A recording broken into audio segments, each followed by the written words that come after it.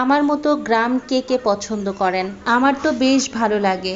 গ্রামের যে প্রাকৃতিক সৌন্দর্য আমার মনে হয় অন্য কোথাও পাওয়া যাবে না। আসসালামু আলাইকুম এভরিওয়ান, সবাই কেমন আছেন? আশা করি অনেক ভালো আছেন। নতুন একটা ব্লগে সবাইকে ওয়েলকাম করছি। আমি যখন গ্রামে ছিলাম তখনকার ভিডিও ছিল এটা, আপনাদের সাথে শেয়ার করছি। আশা করি ভালো লাগবে। সবাই মিলে পিকনিক করার মজাই আলাদা, দেখতে থাকুন।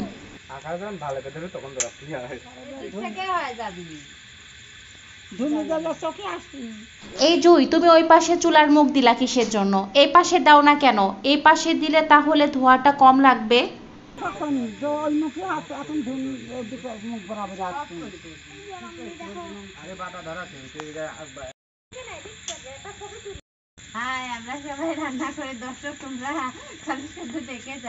তো খাইতে দিবা না আমাদের দর্শকদের?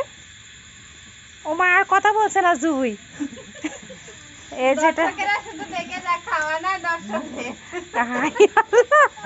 তুষার ভাই কথা বলো। থাকলে আমাদের পিকনিকে সবাই তাড়াতাড়ি জয়েন হন। আচ্ছা, এই যে সবাই চাল বাছতেছে। ও জুনাই জুনাই দিদি আসো।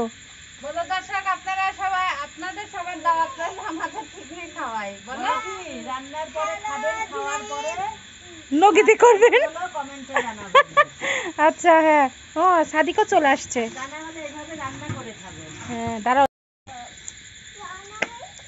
এই তেল দেখো। ওরে আগুন।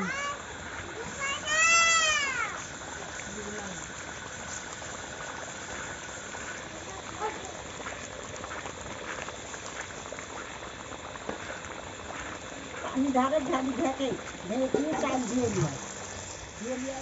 দাও।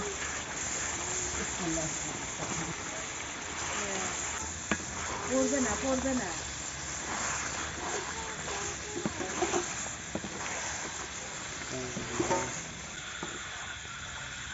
এই কালার না হলে উপরে একটু মরিচের গুঁড়ো। হ্যাঁ দাঁড়ান দিচ্ছি। এজন্য আমি তখনই বললাম কাঁচা মরিচ এত দিও না, শুকনা মরিচের গুঁড়া দিলে তাহলে কালারটা ভালো আসতো। এখানে তো কালারটা এত ভালো আসবে না। নাড়ো নাড়ো। ভাই দেখে নিয়ে এসে যাবো। আজ কত ভিড়ে করতে নিয়ে এসে। নাও নাড়ো। এই ছোট ভাই, আপনার অনুভূতি কি বলেন? কেমন লাগছে আমরা পিকনিক করছি? খুব সুন্দর লাগছে। জবের পাশা পাত দিয়ে এই পানি দাও, পানি দাও।